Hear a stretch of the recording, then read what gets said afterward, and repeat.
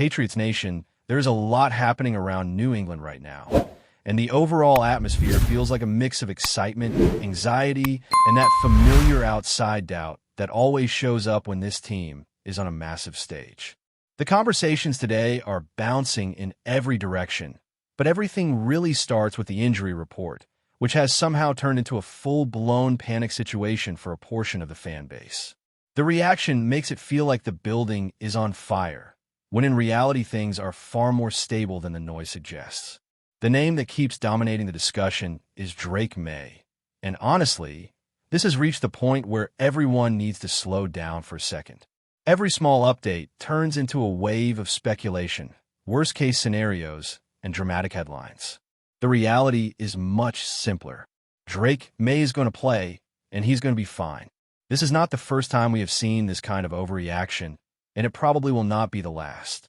Players deal with bumps, soreness, and limitations this deep into a season. That is the nature of football, especially after a long and physical run like the one the Patriots have had. The constant panic says more about outside perception than it does about the actual situation inside the building. If there is a real discussion to be had about health, it goes beyond one name and focuses on the collective condition of the roster heading into the biggest game of the year. No one is pretending that every single player is going to be at 100%. That is not realistic at this point. What matters is who will be available, who can push through, and who is capable of elevating their play when it matters most. There's a strong belief internally that key contributors on the defensive side will be ready to go. They may not be perfect, but effort, preparation, and adrenaline have a way of closing that gap when the stakes are this high. What often gets overlooked in these conversations is the physical toll that an entire season takes on an athlete. Recovery at this stage is not just about rest. It is about constant treatment, maintenance, and doing everything possible to be functional on game day. These players are not just waking up feeling good on their own. There are layers of work behind the scenes that fans rarely think about, and that makes the willingness to suit up and compete at this level even more impressive. This is why dismissing concerns with pure panic misses the bigger picture. The Patriots have navigated these situations before, and the approach remains consistent. When you zoom in on the actual injury report details, one name that stands out is Joshua Farmer, and his situation creates an interesting decision for the coaching staff. The question revolves around whether to activate him from injured reserve or continue rolling with Leonard Taylor, who has already made his presence felt in limited opportunities. Taylor has had moments that matter, including a crucial special teams play that directly impacted a game. That kind of contribution sticks in the minds of coaches, especially in the postseason, where single moments can shift momentum entirely. Statistically, the comparison between Farmer and Taylor is not as straightforward as it may seem. Farmer has a larger body of work across the season, showing solid production before his injury. Taylor, on the other hand, has done more with fewer snaps, though his impact has not always shown up clearly on the stat sheet, particularly in the playoffs. This creates a classic debate between trusting proven volume versus rewarding efficiency in recent flashes. The reality is that the coaching staff is likely looking beyond numbers and focusing on specific traits, matchups, and roles within the defensive rotation. The depth along the defensive line is already set with several established names, which means this decision is about that final rotational piece. Whoever earns that spot will not be expected to dominate snaps, but rather to execute a narrow role at a high level.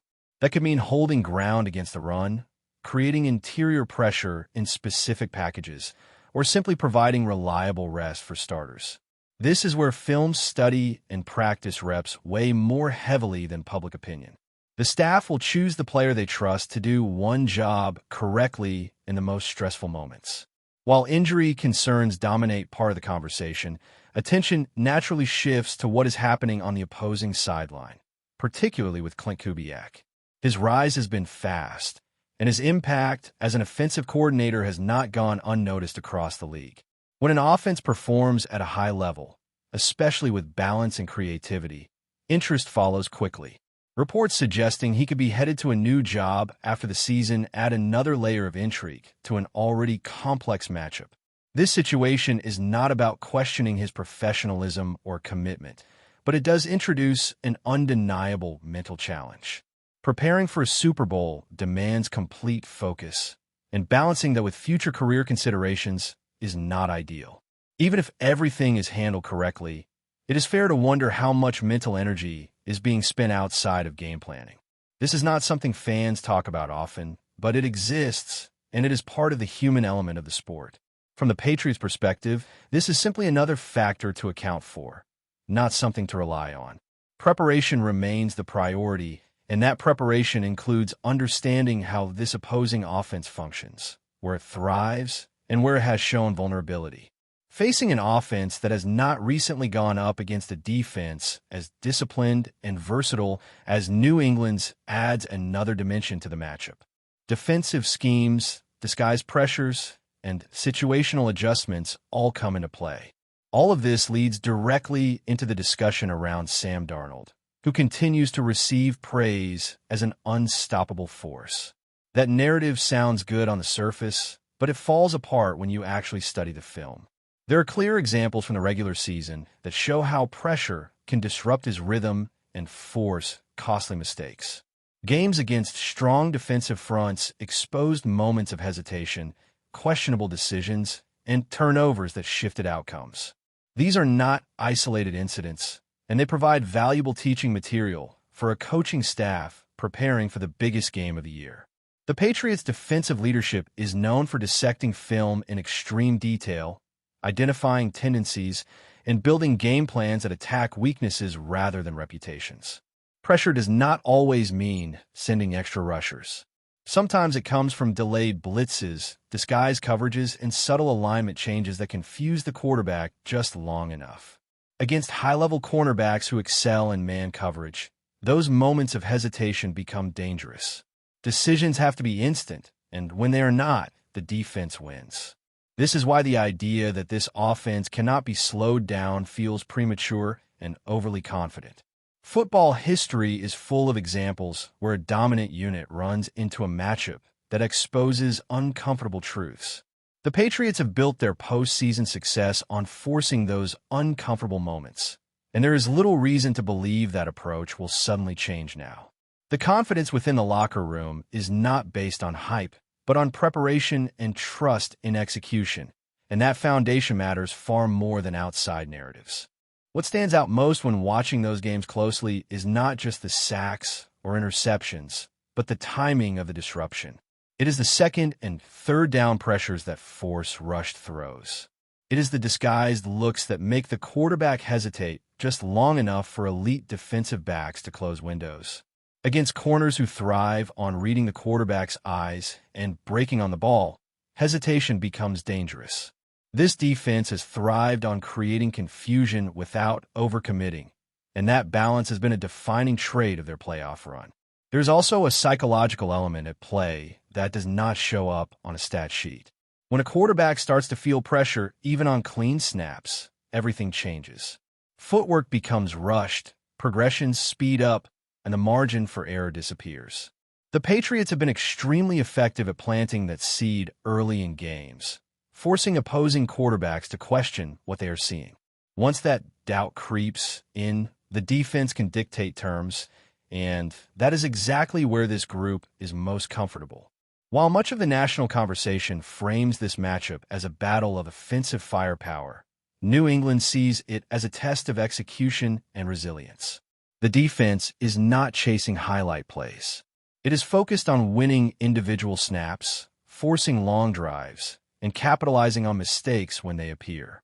That approach may not always dominate headlines, but it wins games in January and February.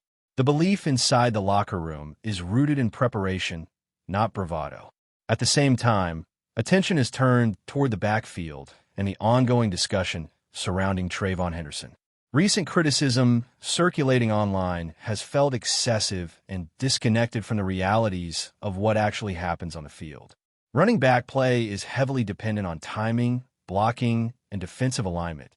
Yet individual runners often receive blame when plays break down before they even have a chance to develop.